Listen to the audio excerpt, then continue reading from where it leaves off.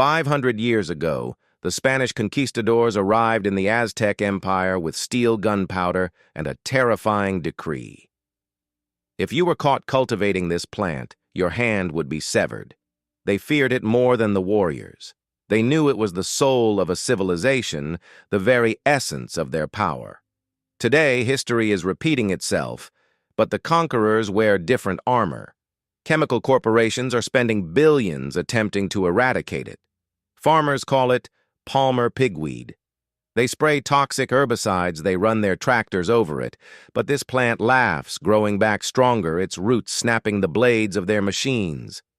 Why does one single plant command such fear from both bloodthirsty empires and modern chemical giants? Because it holds the secret to food immortality. It is the forbidden grain that defeated an empire, and now it is waging war on the corporations that try to hide it. Welcome to Reclaimed Nature. Let's uncover the truth they tried to bury. To understand why this plant is both outlawed and adored, we must journey back to the heart of the Aztec world, a civilization that worshipped the sun and the earth. The plant they called Huāuhtli was not just food, it was currency, it was sacrament, it was the very foundation of their identity. Imagine this. At the most sacred ceremonies, the Aztecs would grind the seeds of Huāuhtli into flour. They would mix it with honey and human blood. This sacred mixture was used to sculpt idols of their gods. To eat it was to partake in the divine. It was a covenant between the people, the land, and their deities. When Hernán Cortés and his Spanish forces invaded Tenochtitlan in 1519, they saw the temples, they saw the gold, but they also saw the fields of this resilient grain. They understood its power. To conquer the Aztec soul, they had to first destroy its spiritual and nutritional anchor. The Spanish banned the cultivation of Huāuhtli. They burned the crops. They punished those who grew it with brutal severity. Not because it was a weed, but because it was the lifeblood of a culture they sought to obliterate. They wanted to replace this ancient power with European wheat and corn grains that required constant replanting, could be controlled by taxes, and were easily manipulated by the new empire. And so the plant that nourished an empire began its millennia-long journey into the shadows waiting. It waited in the ditches, on the roadsides, in the abandoned lots, a silent, defiant testament to a history they tried to erase. But you cannot kill something that was designed by the gods to survive. The Spanish failed to exterminate it, and 5 centuries later, modern science is failing too. If you drive through the vast, genetically modified soybean fields of Georgia or Arkansas today, you will see something that keeps Monsanto executives awake at night. Rising out of the uniform rows of chemical-dependent crops is a towering green monster. It grows 3 inches a day. Its stem is as thick as a baseball bat. It is Amaranth, specifically the variety farmers call Palmer pigweed. For decades, they sprayed it with Roundup. They thought they had won. But Amaranth did what it has always done. It adapted. It evolved. It became a superweed. Today, this plant is resistant to glyphosate. It is resistant to multiple classes of herbicides. Farmers are now forced to hire crews to walk the fields with machetes, hacking it down by hand, because their billion-dollar chemicals are useless against it. The agricultural industry calls this a disaster. We call it poetic justice.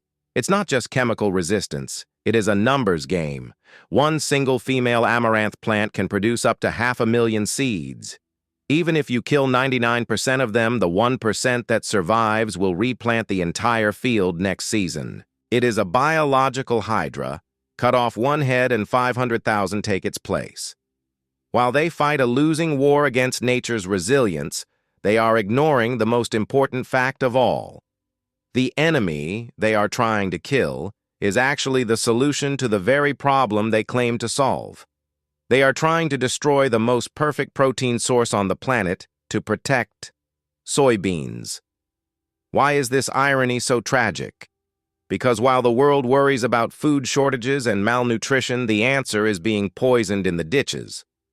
Let's look at the science that the Aztecs knew intuitively. Most modern grains are flawed. Wheat, corn, and rice are all missing a crucial component, lysine. This is an essential amino acid your body needs to build muscle repair tissue and absorb calcium. Without it, the protein in those grains is incomplete. It's like trying to build a wall without mortar. That is why you have to combine rice with beans. That is why a diet of just corn leads to sickness. But amaranth is different. It is one of the few plants on Earth that contains a complete protein profile, including high levels of lysine. And it's not just about what amaranth has. It's about what it lacks. Unlike modern wheat, which has been hybridized into an inflammatory gluten bomb, amaranth is naturally gluten-free and anti-inflammatory. It heals the damage that modern industrial grains have done to our bodies. 1 cup of uncooked amaranth seeds has 26 grams of protein. That is more than quinoa. It is more than 3 eggs. And the leaves, they are even better. Dried amaranth leaves contain up to 30% protein. That is essentially a protein powder growing for free in your backyard. But knowing it is valuable is useless if you don't know how to use it. You can't just graze on it like a cow. To unlock this power, you need the final key, the technique that transforms a weed into a feast. Pause for a moment. Have you seen this pink-rooted giant growing in your local cracks and ditches? Or have you been pulling it out thinking it was just trash? Let us know in the comments if you've been walking past a gold mine. So how do you reclaim this forbidden power? How do you take the plant that Monsanto hates and turn it into the fuel that your body craves? First, you must identify it. Look for the pink root. Pull up a small pigweed plant. If the root is a vibrant, shocking pink, you have likely found amaranth. Look for the bristly green or red flower spikes that look like fuzzy caterpillars. Harvesting is simple. Wait until the autumn when the flower heads turn brown and dry. Shake them over a bucket.